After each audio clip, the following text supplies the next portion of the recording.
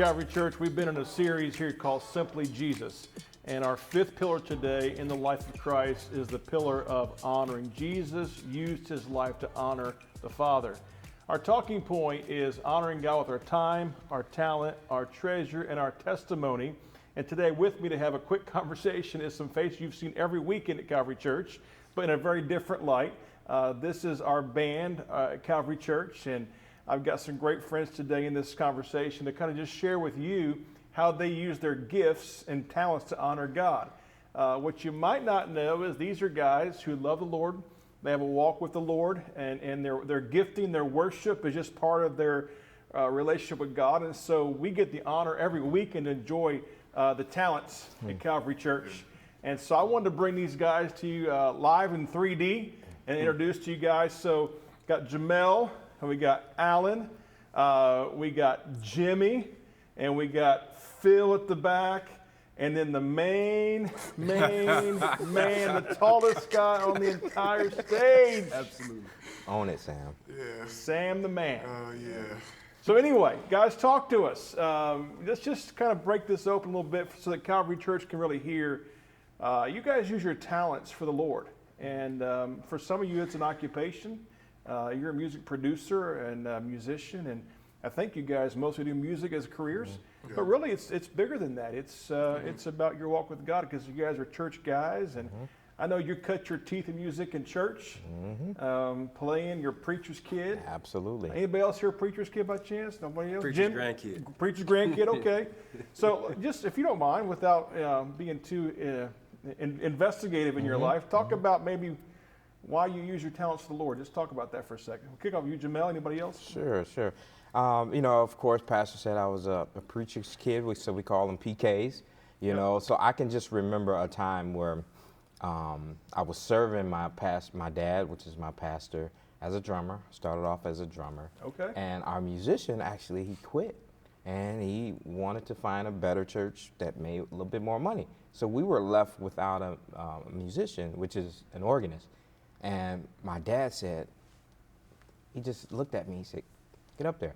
And I'm like, "What do you mean? I don't play keys. What do you mean?" He just went up there, and I got up there, but I never had played any notes on the keyboard, but I got on that organ and I played, and the Spirit of God just fell in the room, and immediately my parents brought me down to the altar. And, you know, we're a charismatic church, so we just do whatever we want in the church. So they said, "Come down, we're going to pray." And they prayed for me, and they said, "Look, you know, God is going to give you this gift that you desire." And I was 12 at that time, and hey, here we are. And here you are in your 40s, and it's the same conversation. Same conversation. Things you're going, wow. What about you guys? Anybody else? I mean, I started when I was maybe 17. Yeah. And I played the guitar, but I didn't know anything about gigging or doing anything like that. And then I met a few guys that were really in the music industry and did ministry a lot. So once I started doing church, that's when I actually started progressing, because I had been playing for 7 years already, but it was nothing like playing for 3 years in church versus the 7 years now playing in church. I give all my credit to what I could play to playing in church. So it was, now I'm like, I have to serve God with my instrument, because he could take it away just as quick as he gave it to me. Wow. That's good, Sam. Absolutely. I started late, kind of like Sam, and I guess late into comparison to some of our peers. Jamel can tell you a lot of our peers were doing it since they were like 8 or 9 years old. Almost since they could walk, they picked up instruments. I started 17, 18 myself, and similarly to Jamel, I just started bringing my bass guitar to church, and my pastor at the time called me up to the altar, and he anointed my head. He's like, "This is symbolic of what God is doing in your life. He's anointed you to do this." And I didn't realize at the time that my fast progression was it's just a byproduct of my purpose. You know what I mean? Your gifts, I feel like, are connected to your purpose and your assignment. Absolutely. And so I just saw just this avenue that God used me while he developed my gift. And so it's strongly related, my gift and my plan is strongly related to my walk. The experiences he's allowed me to have through my gift have afforded me the privilege to grow spiritually, just because of the things that have happened, have been afforded to me through just playing, you know. Sir. And Yeah, I always talk about this example of a Samson movie I saw some years back. We know Samson for being, the strongest man who, who was reported in the Like Bible. Pastor Marty. Yep, much like our Pastor Marty. And so they always, showed his strength and how strong he was, but there was one particular picture that showed him, because he was a judge, in the center of a courtyard, witnessing about God, talking to, a bunch of men about God, and it clicked. God used his strength as a drawing card. Yeah. Because people saw how strong he was, they were drawn to him, and he used that opportunity to point them back to God. There you go. And I knew at that point that's what God gave me this gift to do. Wow. People they're drawn to your gift, but that's your opportunity to point them back. That's to right. Yeah, and you're actually in training right now in theology. I am. And you're I in am. college Whoa. to expand your scope. So Trying to expand, trying to be maybe a better someday witness. a bassist and preacher combo. I mean, Oh, yeah. We'll see. We'll see. I mean, I perfected the air bass, so you can certainly air preach at least. At least, you know what I mean? Phil, Alan, what about you guys? Talk about that for a second. Using your gifts for the glory of God. So for me, sort of the same situation. We needed a drummer in church. I was about 11. They were like, "Hey, we need a drummer," and I was like, "You know what?" I just started like playing rhythms on the drum set at church, and he was like, and the main piano player. There was only one piano player in the church. He was the only musician on stage, and he was like, "Hey, how about I give you some drum lessons so you can start playing in church?"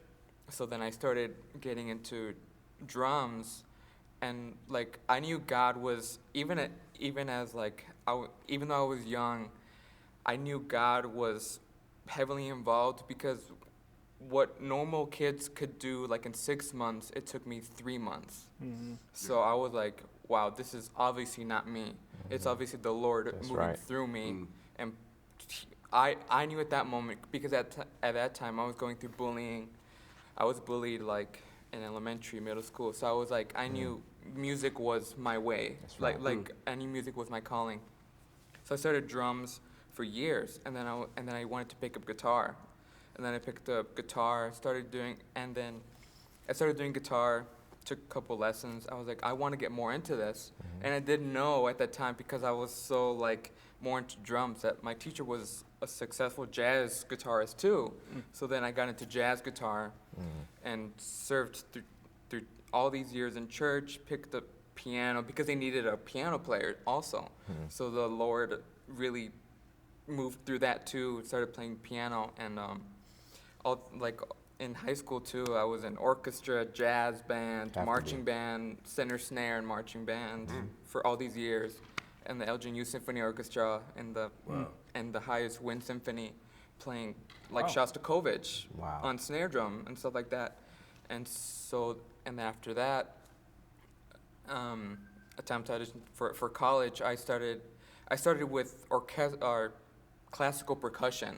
I auditioned, and that was totally a way of God, because I wasn't very good in school, so music was my thing. I was like, God, Now I you're need. playing the guitar for us. I mean, that's your primary function, but you're a drummer as well. Yep. Okay, so I know you're a drummer. Yep. Started there, and you can play drums and guitar. Anything else you can play? I played keys with the youth, and I played bass a couple times with the main. Yeah, you were on bass the other night. You were trying to imitate Jimmy. I noticed that. She was actually showing me up. You even had the hat on. Phil, what about you? You're our main drummer. Yeah. And, you're keeping the rhythm in the back of the room. And so, talk to me about your gifts in the Lord. Man, well, I think for me, it was just predestined for me to play drums. I think I was playing drums in the womb. My parents, my dad especially, who is a musician, my parents were so musically inclined that, they named me after the two lead singers of Earth, Wind & Fire, Philip Bailey. Okay, I didn't know I that. didn't even click to the Right over my head. Yeah, so my middle name, being Maurice. So I think with that, I mean, it was just, I had no choice but to be involved in music. So my parents, both, my mom would sing, my dad's a musician, my dad's dad, my grandfather, was a classical pianist, even, play with the Chicago Symphony from time to time. Wow.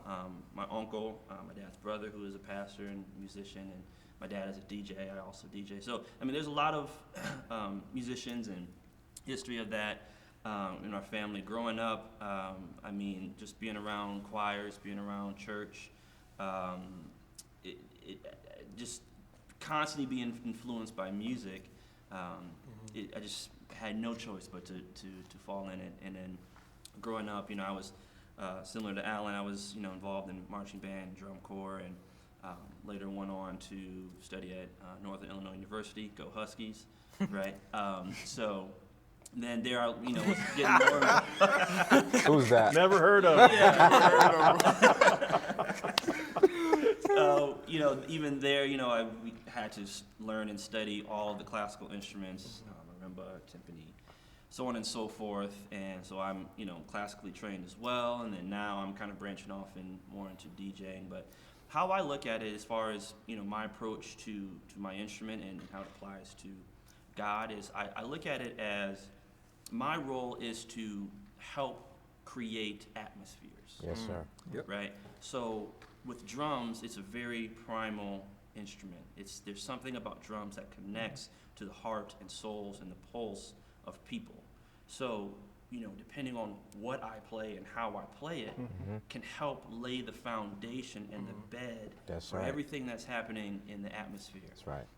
So I look at that as my contribution, as my purpose, is how can I not only help establish this atmosphere, but how can I give a good bed for these other musicians that I'm sharing good, the Phil. stage with, so that they can sit in my pocket, if That's you will, right. and play their instruments to the fullest, and feel comfortable, and make the music feel comfortable, make the groove feel good. So that's kind of my goal when I'm behind good. the drum Sound set. like a minstrel to me, Oh, man. yeah. Yep. One of the things that's neat about music, and we hit this in a convo you and I had recently, music itself is designed to be diverse. Different sounds, different instruments all coming together into one That's unity right. to make Yes, the sir. perfect song or the perfect layout.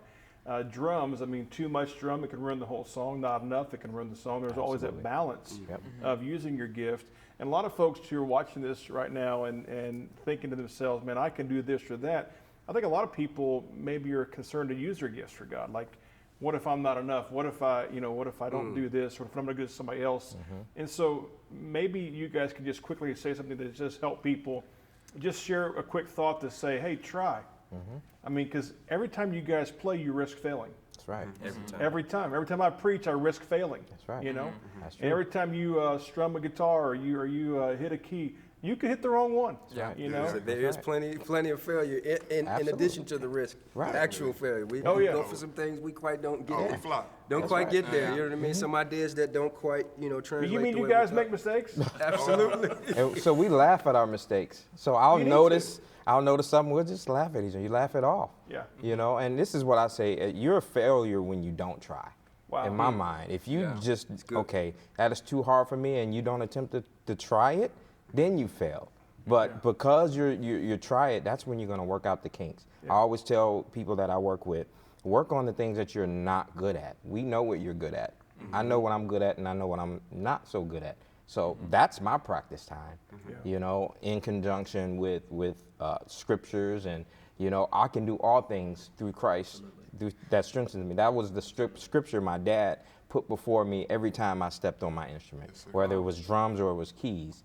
And because I looked at myself as a failure, that scripture reference gave me the empowerment that I needed to do it. And you also have to understand, like, nobody can sound like you. It doesn't matter if you've been playing for a year or 20 years. Like, 1 year playing, you can't sound like a person been playing 20 years or vice versa. Right. Like, you have a specific touch to just the way your hand is shaped. Like to your the way- fingerprint. Yes, You got sir. divine Absolutely. design. That's Yes, right. so Yeah. you're gonna play a G chord, and it may be a G chord with the same 3 notes, but Right. it's not gonna sound like how Jamil might play a G chord. So Wow. yeah, you're anointed in what you do, no Yes, matter sir. whether Yeah. you blend in or not. So Well, no, you bring up a great point, and Calvary, I want you to hear me say this. Everybody here has a talent. yeah, Yeah. The difference is not do you have one, it's do you use Do one. you use it? Ooh. And every talent has to be honed, has to be developed, and the talents come to us from God. God's the one that's given us these talents, and I would argue that musicianship is a great example of God-given talents. yeah. Absolutely. I tried musicianship as a young child. I took piano lessons. I never could ever figure out. It never clicked. It never the whole idea of dots on a page to move my fingers yeah. never linked in. Okay? Dots on the page. It just never linked Dots in. on the Okay? page. The whole play by ear thing, I Yeah. have no concept of this. Okay? Understood. But I have a differing talent that I have to work on, and I have to risk, and you guys have a talent you have to work on, you have to risk. And so, Calvary Church, I want to challenge you today to think about what God's given you and just ask you the simple question: are you using the gifts that God has given you for His glory? Are you honoring God today with the gifts He's put into your life? These guys here are a great example of that. They worship with us every week. They're a great part of our family here at Calvary Church. We have a great connection, great friendship, camaraderie that Yes. happens backstage and prayer times and fellowship time. I want to encourage you, be part of the body of Christ today by using the gifts that God has given to you.